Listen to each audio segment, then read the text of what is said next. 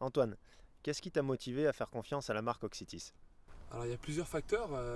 Tout d'abord la rencontre avec toute l'équipe Oxytis, qui a été un élément important. Ensuite la découverte des produits, parce qu'on ne peut pas se lancer avec une marque ou un sponsor sans pour autant connaître ses produits. Et donc en les utilisant et en les testant, j'ai vraiment senti que ça me correspondait. Les gels ultra liquides, la facilité d'absorption, etc.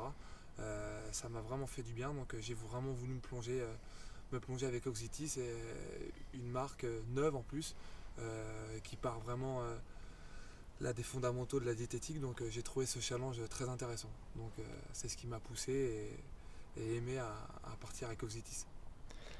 Qu'est-ce que t'apporte Oxytis dans ta pratique de la course à pied? Bah, énormément de choses parce que quand on s'entraîne une à deux fois par jour, donc on a une dépense énergétique très élevée. Donc déjà autant dans la préparation de l'effort que dans l'effort ou alors dans la récupération et alors plutôt dans la récupération. Donc c'est tous ces paramètres-là qu'Oxytis prend en charge et ça m'aide à préparer mes entraînements, mes compétitions, à bien les assimiler et surtout à bien récupérer derrière parce que je pense que c'est vraiment des facteurs très importants et ça me permet de pouvoir continuer l'entraînement, d'être rigoureux dans l'entraînement et surtout d'enchaîner les séances d'entraînement difficiles, ce qui est, je pense, un élément très important pour la progression d'un athlète en vue d'objectifs primordiaux dans l'année. La performance, c'est une somme de détails. Euh, Quels sont les produits que tu affectionnes le plus aujourd'hui chez la marque Oxytis qui te permet justement de performer?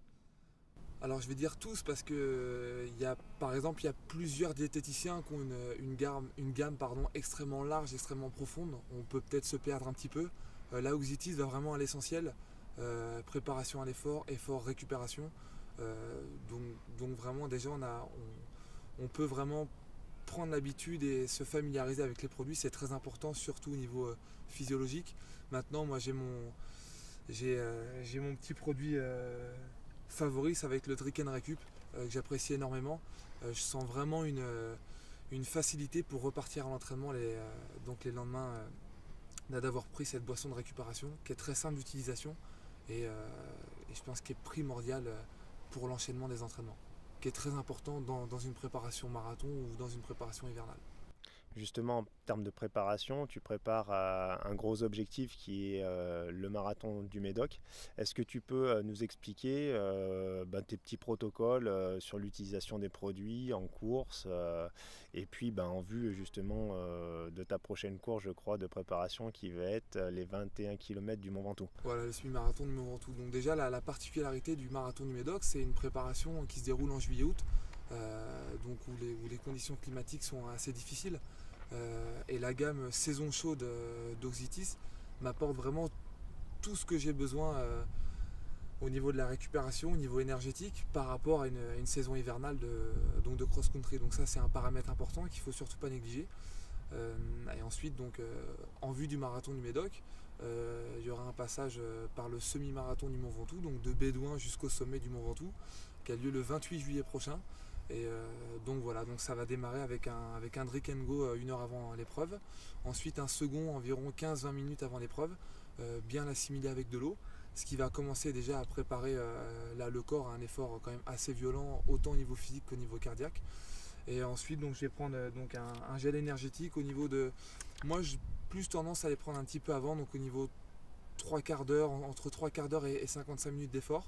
Et ensuite, je pense que je reprendrai une petite gorgée donc, qui se boit très très bien parce que, même on l'entend, c'est extrêmement liquide. Ça se boit en deux gorgées comme deux gorgées d'eau, environ en 1h15, 1h20 d'effort, où j'espère monter le sommet environ en 1h35, 1h40. Et dans la continuité, parce que ça c'est une étape en vue du marathon du Médoc, dans la continuité donc de cette préparation, ne pas oublier la boisson de récupération tout de suite après l'effort, et ensuite 3 quarts d'heure, une heure après l'effort. D'accord, merci Antoine. Est-ce que justement, par rapport aux conditions météo qui s'annoncent relativement chaudes, tu privilégies plus ou moins tel ou tel produit dans la gamme pendant l'effort, entre autres? Oui, bah pendant l'effort, bien sûr, là, le gel énergétique, pardon, pour les climats par temps chaud, surtout que ça va être fin juillet, il va faire justement là, les températures vont être très élevées. Là, le gel énergétique est adapté en fonction du climat qui va y avoir sur place.